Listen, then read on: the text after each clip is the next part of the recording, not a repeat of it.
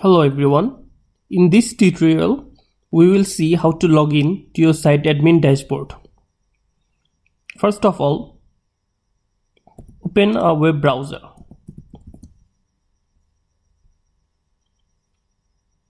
Then write the web address of your website.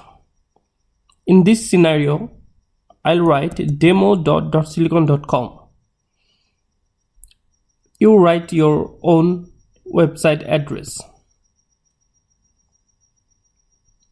Then go to address bar, write /admin.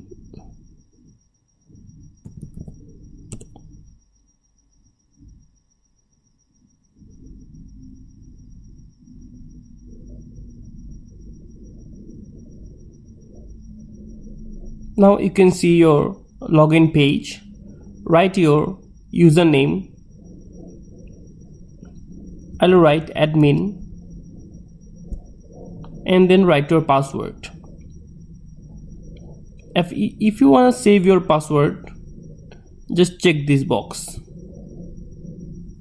Now click login. Now you have successfully logged into site admin dashboard. See you in next tutorial. Thank you.